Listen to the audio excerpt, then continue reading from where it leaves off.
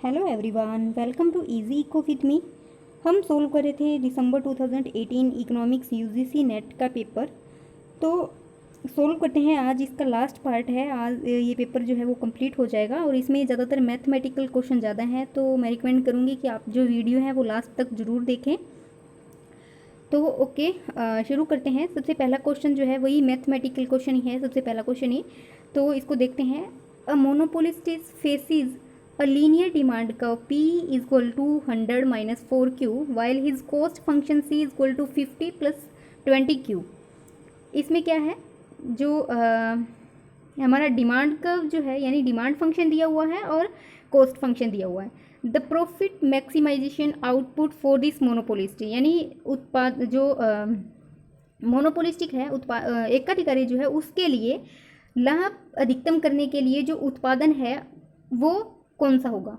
ठीक है, तो इसके लिए सबसे पहले जो है मोनोपोलिस्टिक कंडीशन क्या होती है, M C is equal to M are.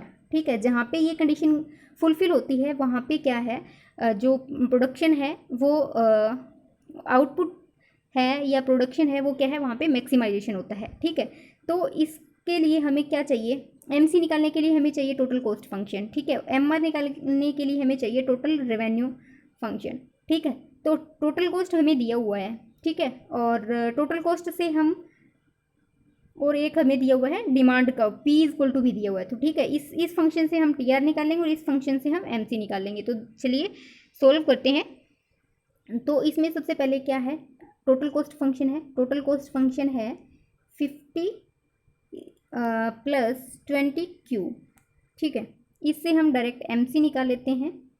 तो एम सी कितने आ जाएगी, आ जाएगी 20। ठीक है, और अब टी आर का फॉर्मूला होता है P इंटू क्यू। ठीक है, अब P हमारे पास दिया हुआ है, इसका डायरेक्ट हम Q से इसको इंटू कर देते हैं। तो ये कितना आ जाएगा, 100Q माइनस 4Q स्क्वायर। ठीक है, अब ये आ गया टी आर आ गया हमारा। ठीक है, ये आ गया टी आर। अब निकालना है हमें एम आर। ठीक है, एम आर हम कैसे निकालेंगे, इसमें क्या हुआ, डेरिवेटिव करना होता है क्यू के, इसमें क्यू की रिस्पेक्ट में करेंगे, इसमें भी क्यू की रिस्पेक्ट में। ठीक है, तो इसका हम करेंगे तो ये कितना आ जाएगा, 100 माइनस 4 इंटू 2 8Q। ठीक है, ये आ जाएगा 100 माइनस 8Q, और जो एम सी है हमारा ये कितना है, 20 है, और ये कितना है 100 माइनस 8Q। इन दोनों को क्या है, इक्वल रख देंगे तो हमारा जो आंसर है वो निकल आएगा। ठीक है, तो इसको इक्वल रखते हैं। बिल्कुल सिंपल क्वेश्चन है, इतना समझ आना चाहिए कि टी सी से हम टी जो एम सी है वो कैसे निकालेंगे और टी आर से हम एम आर कैसे निकालेंगे। ठीक है, इतना समझ आ रहा है तो आपका क्वेश्चन जो है वो इजीली सोल्व हो जाएगा। ठीक है, और एक इसमें डेरिवेटिव जो है, डेरिवेटिव इंटीग्रेशन, ये क्या है, बेसिक कॉन्सेप्ट है ये, अगर किसी को आते हैं तो वो क्वेश्चन ईजिली सोल्व कर पाएगा। ठीक है, तो इसको इक्वल रखते हैं, इक्वल रखते हैं हम। एम सी हमारी थी 20। ठीक है, इक्वल टू एम आर है 100 माइनस 8Q। ठीक है, अब माइनस 8Q को हम इधर ले आते हैं, 8Q को इधर ले आया, इक्वल टू ये कितना, ये तो इस साइड रहेगा यानी प्लस का ही रहेगा, माइनस 100 आ जाएगा। ठीक है, तो ये minus 8Q equal to minus का 80 बच जाएगा यहाँ पे। ठीक है, अगर Q इक्वल टू हम करें तो ये क्या आ जाएगा, माइनस 80 डिवाइड बाई माइनस 8। ठीक है, माइनस से माइनस कैंसिल हो जाएगा और ये 10 पे कट जाएगा, तो Q इक्वल टू कितना आ जाएगा, 10 आ जाएगा, और यही हमारा क्या है, आंसर हो जाएगा। ठीक है, तो इसके अकॉर्डिंग हमारा राइट आंसर क्या होगा, ऑप्शन नंबर सी हमारा राइट आंसर हो जाएगा, यानी कि 10 जो है इसके इक्वल जो एकाधिकारी है वो लाभ अधिकतम करने के लिए उत्पादन करेगा। ठीक है, नेक्स्ट क्वेश्चन है, next question match of the following है। एक साइड हमें इकोनॉमिक्स के नाम दिए हैं, दूसरी साइड उन्होंने जो भी थ्योरी या कॉन्सेप्ट दिए हैं वो दिए गए हैं। तो सबसे पहले है हॉकिंस साइमन कंडीशन, ये किससे रिलेटेड है, ये है इनपुट आउटपुट एनालिसिस से रिलेटेड है। ठीक है, नेक्स्ट है सेडल पॉइंट। सेडल पॉइंट है हमारी थ्योरी ऑफ गेम से। ठीक है, saddle point theory of game से है, इसमें मैक्सिमा एंड मिनिमा का यूज़ करके इस पॉइंट को निकाला जाता है। ठीक है, इससे मैथमेटिकल क्वेश्चन भी पहले आ चुका है एग्जाम में। अगर ये जो है सेडल पॉइंट जो है वो कैसे निकाला जाता है, अगर आपको इसका मैथमेटिकल क्वेश्चन चाहिए तो आप कमेंट बॉक्स में कमेंट करिए, मैं इस पर एक अलग से वीडियो बना दूंगी। नेक्स्ट है सिंप्लेक्स मेथड। तो सिंप्लेक्स मेथड ये सिडनी अलेक्जेंडर ने दिया था और ये किससे रिलेटेड है, लीनियर प्रोग्रामिंग से। ठीक है, नेक्स्ट है कून टक्कर कंडीशंस, ये है नॉन लीनियर प्रोग्रामिंग से, ठीक है। तो इसके अकॉर्डिंग हमारा राइट आंसर होगा, यानी ए का है 3 ऑप्शन, तो इन 2 में से हमारा राइट आंसर हो सकता है। सैडल पॉइंट का है 1, यानी डी ऑप्शन हमारा राइट आंसर हो जाएगा, ठीक है। नेक्स्ट क्वेश्चन है इलास्टिसिटी ऑफ डिमांड, इसमें हमें निकालना है, ठीक है। इलास्टिसिटी ऑफ डिमांड हमें निकालना है, बिल्कुल सिंपल क्वेश्चन है, 2 नंबर यहाँ से इजीली हम ले सकते हैं। कैसे, इसमें हमें सिर्फ क्यू फंक्शन दिया हुआ है। सबसे पहले तो जो इलास्टिसिटी ऑफ डिमांड है उसका फॉर्मूला हमें पता होना चाहिए। ये क्या होता है, टी क्यू अपॉन में T P into P upon में क्यू, ठीक है। अब हमें क्या है, क्यू फंक्शन दिया हुआ है, ठीक है। क्यू फंक्शन से हम जो ये है डेरिवेटिव है पी की रिस्पेक्ट में, ये हम निकाल सकते हैं, ठीक है, ये हम निकाल सकते हैं। और क्यू हमें दिया हुआ है, ठीक है, तो पी को हम एज इट इज़ रख सकते हैं, ठीक है। तो इसको हम सोल्व करते हैं, बिल्कुल सिंपल क्वेश्चन है। इसको कैसे सोल्व करेंगे देखते हैं। सबसे पहले हम क्या है, इसका डेरिवेटिव करते हैं क्यू फंक्शन का। तो इसका जब हम डेरिवेटिव करेंगे डी क्यू अपॉन में डी पी की रिस्पेक्ट में, हम जब इसका डेरिवेटिव करेंगे तो ये क्या है, माइनस आर नीचे आ जाएगा, माइनस आर, ठीक है, माइनस आर के पी की पावर फिर माइनस आर माइनस 1, ठीक है। ये फंक्शन ये आ गया हमारा इसके इक्वल, ठीक है। और क्यू हमें दिया हुआ है के पी माइनस आर, ठीक है। अब इसको डायरेक्ट हम उस फंक्शन में जो ई इज इक्वल टू है, इसका जो फॉर्मूला है उसमें डायरेक्ट पुट करते हैं। तो ये हमारे पास क्या आ गया, माइनस आर के पी माइनस आर माइनस 1, ठीक है, माइनस 1 इंटू हमारा क्या आ गया, P डिवाइड बाई के पी माइनस आर, ठीक है। ये आ गया Q। अब इसमें क्या है, इसमें जो ये P है इसको हम ऐसे भी लिख सकते हैं। इसको कैसे लिख सकते हैं, माइनस आर के P की पावर माइनस आर और P माइनस 1, ठीक है। इसको ऐसे भी लिख सकते हैं, इंटू पी अपॉन में ये आ ही जाएगा, ठीक है। पी अपॉन में के पी आर माइनस इसकी पावर जो है ये माइनस आर आ जाएगी, ठीक है। अब ये पी यहाँ पे क्या है, प्लस का है। एक मिनट, इसको मैं दोबारा लिखती हूँ, यहाँ पे थोड़ा समझ नहीं आएगा इसको। अब ये क्या आ गया हमारा, E is equal to minus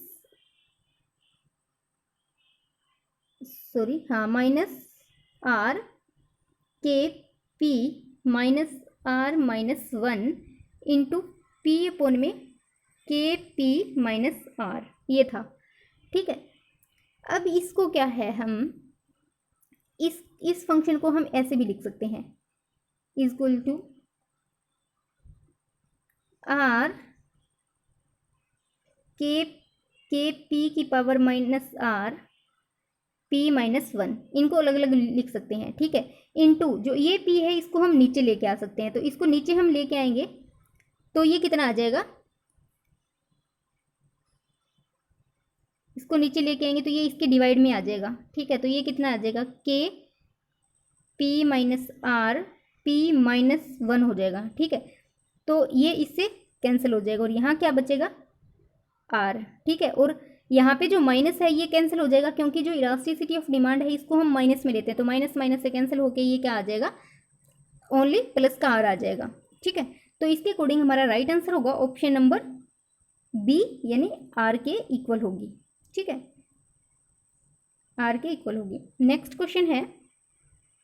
next question बिल्कुल सिंपल है, ये भी मैथमेटिकल से लिया गया है। इसमें क्या है, ये प्रोबेबिलिटी से क्वेश्चन पूछा गया है, ठीक है, प्रायिकता कैसे निकालते हैं। तो इसमें क्या है, अ बॉक्स कंटेन 10 बल्ब्स, यानी एक बॉक्स है उसमें 10 बल्ब रखे गए हैं, 4 ऑफ विच आर डिफेक्टेड, और उनमें से 4 बल्ब जो है वो क्या है, डिफेक्टेड हैं, यानी खराब हैं।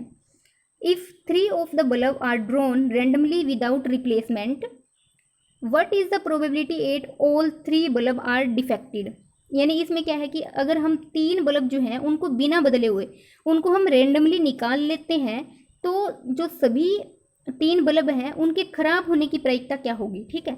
बल्ब जो है 3 बल्ब जो है उनके डिफेक्टेड होने की प्रायिकता जो है वो क्या होगी, ठीक है। तो इसमें हम फॉर्मूला कौन सा लगाते हैं, इसमें फॉर्मूला लगाते हैं हम NCR वाला, ठीक है, इसमें फॉर्मूला लगाते हैं हम NCR। ठीक है, तो इसमें जो है एक, इसमें दो हमें लेने पड़ेंगे। तो सबसे पहले NCR का फॉर्मूला देख लेते हैं। ये क्या होता है, ये होता है n फैक्टोरियल डिवाइड बाय होता है n minus r factorial into r। ठीक है, ये होता है। तो अब इसमें हमारी दो इक्वेशन बनेंगी। एक हमारी बनेगी 4 नंबर कितने हैं खराब होने की, जो है खराब जो डिफेक्टेड बल्ब है वो कितने हैं 4 हैं। ठीक है, और जो सही हैं वो कितने हैं 3 हैं। एक ये वाली बनेगी और एक दूसरी बनेगी कि टोटल बल्ब कितने हैं 10 हैं। ठीक है, और जो सही बल्ब है वो कितने 3 हैं। ठीक है, तो ये दो हमारे पास जो है, ये हमने ये फॉर्मूले लगाने हैं इन दो इक्वेशन में। ठीक है, ये दो इक्वेशन हमने बना ली है। अब इसमें फॉर्मूला पुट करते हैं NCR वाला। इसमें क्या है 4C3 फैक्टोरियल, यानी 4 का जो फैक्टोरियल है वो हमने 3 तक करना है। तो इसको करेंगे हम 4 into 3 into 2 into 1 factorial divide by 4 minus 3 factorial into 3। ठीक है, तो और डिवाइड बाय 10 का करेंगे 10 इंटू 9 इंटू 8 इंटू 7 फैक्टोरियल। ठीक है, डिवाइड बाय ये आ जाएगा 10 माइनस 7 फैक्टोरियल इंटू 3। ठीक है, अब इसमें से क्या है 4 माइनस 3 करेंगे, यहाँ पे क्या आ जाएगा 1 फैक्टोरियल आ जाएगा। ठीक है, 1 फैक्टोरियल इससे ये कैंसिल हो जाएगा। ठीक है, और ये 3 इससे कैंसिल हो जाएगा। तो यहाँ कितना बचेगा 4 को 2 से हम मल्टीप्लाई करेंगे तो ये कितना बचेगा हमारा 8 बच जाएगा। और 10 माइनस 7 करेंगे तो यहाँ कितना बचेगा 3 फैक्टोरियल बचेगा। ठीक है, सॉरी यहाँ पे 3 फैक्टोरियल आना चाहिए, 3 फैक्टोरियल। तो यहाँ पे कितना बचेगा 7 फैक्टोरियल बच जाएगा। ठीक है, तो 7 फैक्टोरियल यहाँ से इससे ये कैंसिल हो जाएगा और ये 3 ये 9 जो है ये कट जाएगा 3 पे। ठीक है, तो ये कितना आ जाएगा 10 को 3 से करेंगे 30, 30 को 8 से करेंगे तो ये कितना आ जाएगा 240 आ जाएगा। तो ये हमारा कितना आ गया 8 डिवाइड बाय 240 आ गया। ठीक है, और इसको हम काट देंगे ये कितने पे 1 पे, और ये कितने पे कट जाएगा 8 या 24 होता है, तो ये कितने पे कट जाएगा 30 पे। तो इसके अकॉर्डिंग हमारा जो राइट आंसर है वो क्या आ जाएगा 1/30, यानी ए ऑप्शन इसका राइट आंसर हो जाएगा। बिल्कुल सिंपल है इसमें। ठीक है, तो इसको इजीली हम सोल्व कर सकते हैं। आई होप कि आपको अच्छे से समझ आया होगा। देखते हैं नेक्स्ट क्वेश्चन। नेक्स्ट क्वेश्चन है a series of index number of given as follow. Index number की एक सीरीज हमें दी हुई है। ठीक है, तो एक साइड हमें दी हुई है ईयर दिए हुए हैं और दूसरी साइड हमें इंडेक्स नंबर दिए हुए हैं। ठीक है, तो if base year is shifted two year 2015, यानी जो आधार वर्ष है उसको बदलकर अगर 15 कर दिया जाए।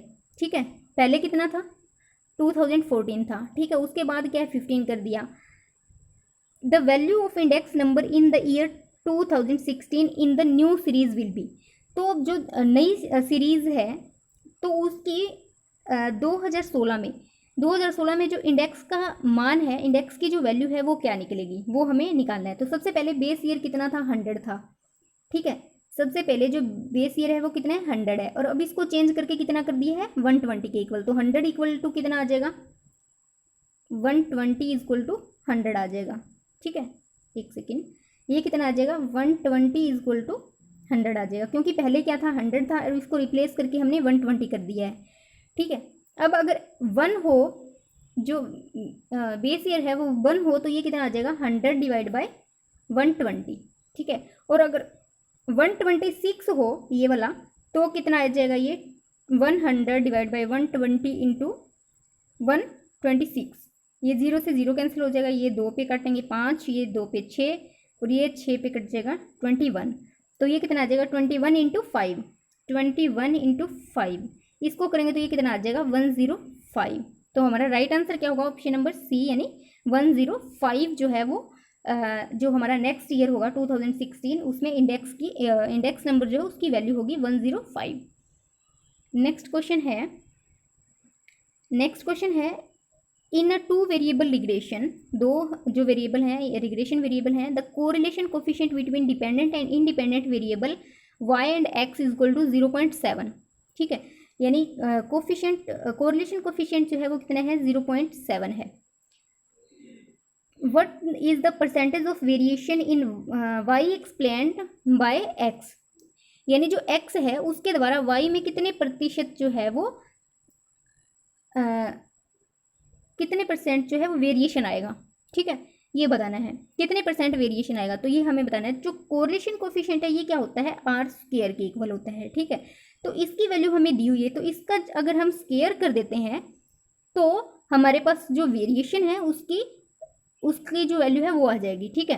तो 0.7 का अगर हम स्क्वायर करते हैं तो ये कितना आता है 49%, ठीक है। तो इसका राइट आंसर होगा ऑप्शन नंबर ए, यानी 49% के इक्वल होगा ये। नेक्स्ट क्वेश्चन है, consider the following statement about a time series of annual observation on scale of.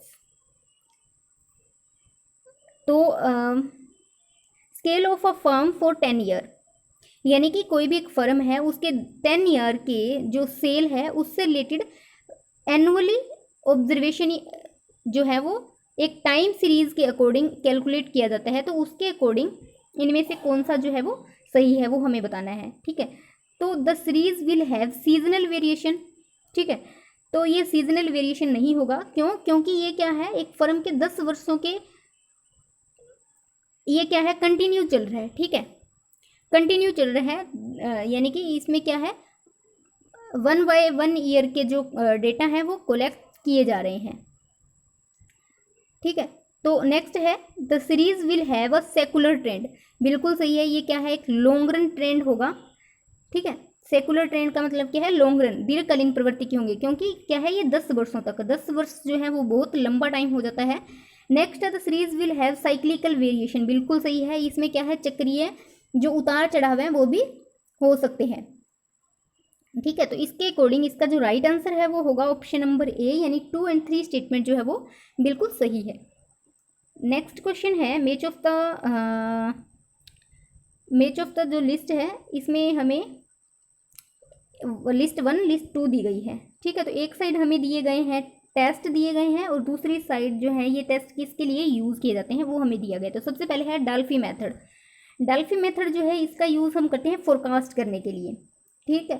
Forecast का मतलब क्या होता है भविष्यवाणी करने के लिए। कोई भी हम जैसे कोई मॉडल बनाते हैं, इकोनॉमेट्रिक्स में कोई भी मॉडल बनता है, ठीक है, तो वो किसके लिए होता है प्रेडिक्शन करने के लिए होता है। यानी कि कोई भी फर्म जो है, ठीक है, किसी भी फर्म ने कोई वस्तु बनाई है, ठीक है, तो उस वस्तु के प्राइस से रिलेटेड, ठीक है, उस वस्तु के प्राइस से रिलेटेड कोई भविष्यवाणी करनी है, ठीक है, और उसकी डिमांड कितनी होगी, ठीक है, उससे रिलेटेड कोई फोरकास्टिंग करनी है, तो उसमें डल्फी मेथड वगैरह यूज़ होते हैं, ठीक है। तो इसका यूज़ होता है फोरकास्टिंग के लिए। Next Dickey Fuller test. तो डिकी फुलर जो टेस्ट है ये यूज़ किया जाता है स्टेशनरी के लिए, ठीक है। नेक्स्ट डर्विन वाटसन टेस्ट, ये ऑटो कोरिलेशन के लिए यूज़ होता है। एंड स्टूडेंट टी टेस्ट जो है ये testing significance of regression coefficient के लिए यूज़ किया जाता है।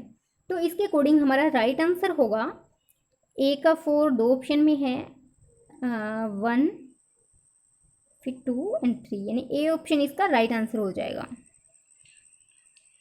नेक्स्ट क्वेश्चन है by auto correlation we mean that, यानी जो ऑटो कोरिलेशन है उसका क्या अर्थ है, ठीक है। तो सबसे पहले है the residual of the regression model are not independent, बिल्कुल सही है, इसका राइट आंसर होगा ऑप्शन नंबर ए।